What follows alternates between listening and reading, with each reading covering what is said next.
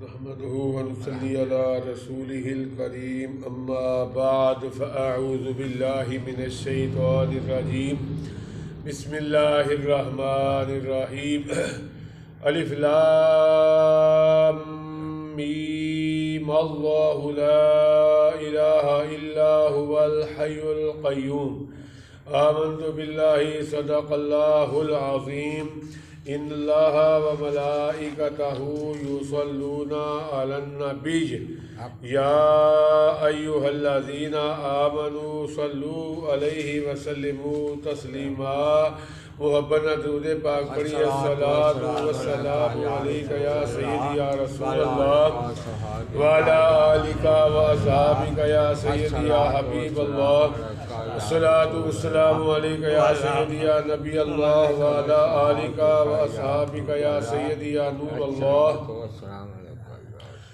اللہ عز و جل نے اپنی پاک کتاب قرآن مجید فرقان حمید کے اندر ارشاد فرمایا الف لام میم اللہ لا الہ الا هو الحی القیوم۔ الف لام میم، اللہ وہ ہے جس کے سوا کوئی معبود نہیں، وہ خود زندہ اور دوسروں کو قائم رکھنے والا ہے۔ یہ ہے آیت کریمہ کا لفظی ترجمہ۔ یہ سورہ آل عمران اس کی پہلی آیت و آیات کریمہ۔ یہ پہلی آیت ہے الف لام میم، یہ حروف مقطعات میں سے ہیں اور قرآن پاک کی کچھ صورتوں کے ابتدا میں یہ لفظ آتے ہیں اور ان کو حروف مقطعات کہتے ہیں۔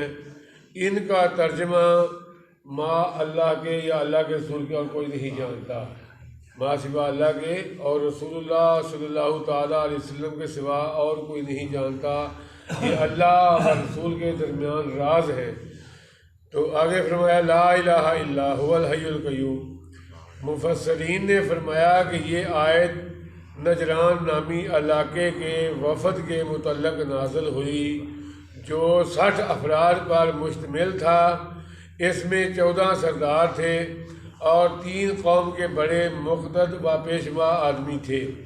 ان 3 میں سے ایک ابو حارثہ بن علقمہ تھا جو عیسائیوں کے تمام علماء اور پادریوں کا پیشوائے اعظم تھا۔ عیسائی حکمران بھی اس کی عزت کرتے تھے۔ یہ تمام لوگ عمدہ اور قیمتی لباس پہن کر بڑی شان و شوکت سے سرکار دو عالم صلی اللہ تعالیٰ علیہ وسلم سے مناظرہ کرنے کے ارادے سے آئے۔ جب یہ مسجد نبی شریف صلی اللہ تعالیٰ علیہ وسلم میں داخل ہوئے تو حضور اقدس صلی اللہ تعالیٰ علیہ وسلم اس وقت نماز عصر ادا فرما رہے تھے۔ ان لوگوں کی نماز کا وقت بھی آ گیا اور انہوں نے بھی مسجد نبی شریف میں ہی مشرق یعنی بیت المقدس کی طرف منہ کر کے اپنی نماز شروع کر دی۔ نماز کے بعد نبی اکرم صلی اللہ علیہ وسلم سے گفتگو شروع کی۔ آقا دو عالم صلی اللہ علیہ وسلم نے فرمایا تم اسلام لے آؤ۔ انہوں نے جواب دیا کہ ہم آپ سے پہلے اسلام لا چکے ہیں۔ سرکار کائنات صلی اللہ علیہ وسلم نے فرمایا تمہارا اسلام کا دعویٰ غلط ہے اور تمہارے اسلام کے غلط ہونے کا سبب یہ ہے کہ تم کہتے ہو کہ اللہ عز و جل کی اولاد ہے، نیز تمہارا صلیب کی پوجا کرنا بھی اسلام سے مانع ہے اور تمہارا خنزیر کھانا بھی اسلام کی راہ میں رکاوٹ ہے۔ اس کے جواب میں انہوں نے کہا کہ اگر حضرت عیسیٰ علیہ السلام خدا کے بیٹے نہ ہوں تو بتائیے ان کا باپ کون ہے؟ پھر وہ سب بولنے لگے۔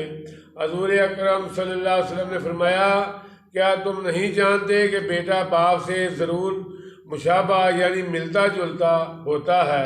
انہوں نے اقرار کیا۔ پھر نبی کریم صلی اللہ علیہ وسلم نے فرمایا کیا تم نہیں جانتے کہ ہمارا رب عز و جل حی اللہ یموت ہے، اس کے لیے موت ناممکن ہے اور حضرت عیسیٰ علیہ السلام پر موت آنے والی ہے؟ انہوں نے اس کا بھی اقرار کیا۔ پھر تاجدار رسالت صلی اللہ تعالیٰ علیہ وسلم نے فرمایا کیا تم نہیں جانتے کہ ہمارا رب عز و جل بندوں کا کارساز، ان کی حقیقی حفاظت کرنے والا اور روزی دینے والا ہے؟ انہوں نے کہا جی ہاں۔ اس پر نبی کریم صلی اللہ تعالیٰ علیہ وسلم نے فرمایا کیا حضرت عیسیٰ علیہ السلام بھی ایسے ہی ہیں؟ انہوں نے جواب دیا نہیں۔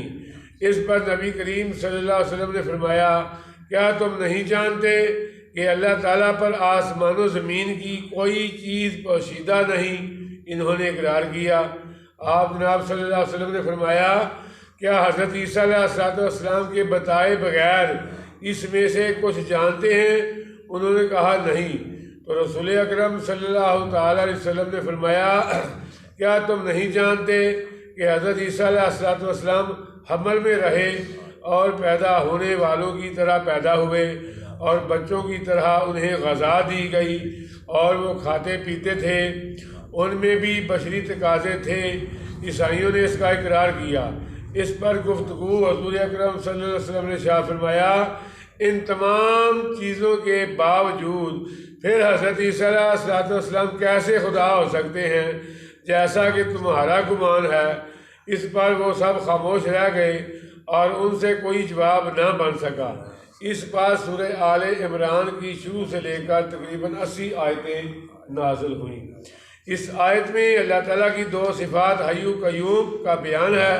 اللہ تعالیٰ کی صفات میں حی و دائم باقی کے معنی میں ہے، یعنی اس کا معنی ہے کہ ایسا ہمیشہ رہنے والا جس کی موت ممکن نہ ہو، جبکہ قیوم وہ ہے جو قائم بذات یعنی بغیر کسی دوسرے کی محتاجی اور تصرف کے خود قائم ہو اور مخلوق کی دنیا و آخرت کی زندگی کی حاجتوں کی تدبیر فرمانے والا ہو۔